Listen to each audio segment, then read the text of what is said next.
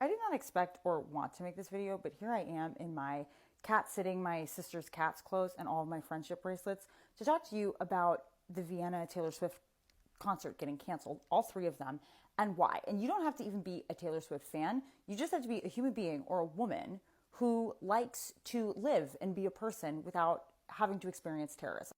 So the word on the street is that there were security guards who were hired who were actually terrorists, and there was this plot to have this massive act of violence enacted upon these women.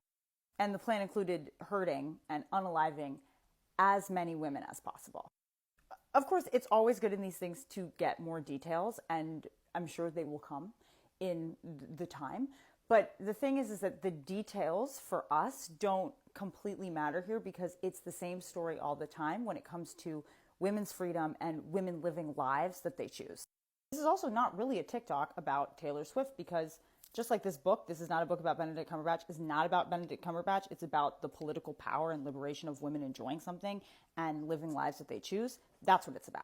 I get on here and I usually talk about American culture and how race and religion affect the lives we lead. I don't often talk about gender and power as it pertains to Europe. As a country, we inherited a lot of common law and these certain legal strictures from European conceptions of gender and power. Now, obviously, these concerts are happening in Vienna. They're not happening in Britain. But I want you to look at the global responses of some of these men to the fact that these concerts were canceled and why they were canceled. These responses have to do with like a kind of gleeful chortling over the fact that the women are afraid, the fact that the women are now no longer going to the concert, and that their movement and their enjoyment of something that they have decided is wonderful and good outside of how it pertains to these men, that it was stopped. The point of terror as we know it with the KKK in America, terror as it pertains to black people or immigrants or women, is that it is supposed to pull you up short and say, you see that life you're living where you have a sense of peace and joy and a sense of wholeness and the fact that you matter and that your life matters and that you have the right and the ability to live your life, that's actually not true. And we want this violence and we want this fear to remind you that you actually answer to us. Terror is a way of reminding people that the power that they think they have can be taken away from them. At this point, so many men, they don't have the law to do it for them anymore, right? I mean, they're trying. They're absolutely trying. But what they have left is violence. What they have is the ability and the audacity to take your life.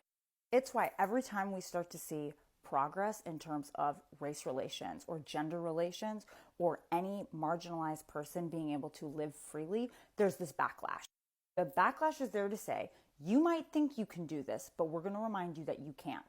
We are seeing waves of this across the world because there is a massive power imbalance and power shift happening because who has power and why they have power has been shifting for decades.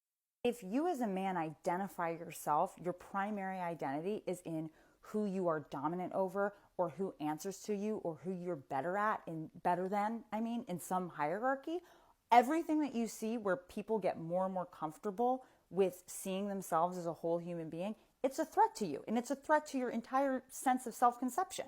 And what do these people do with threats? They obliterate them. They go after them. They take them out, or they try to use other people as an example as to why they shouldn't feel so comfortable in their freedom. What this is all supposed to do is make everybody else scared. So the violence happens in two ways, right? This is how terror works. The first victim is the immediate victim that's right there. The second victim is the person who is a member of the group whom the violence has been enacted against.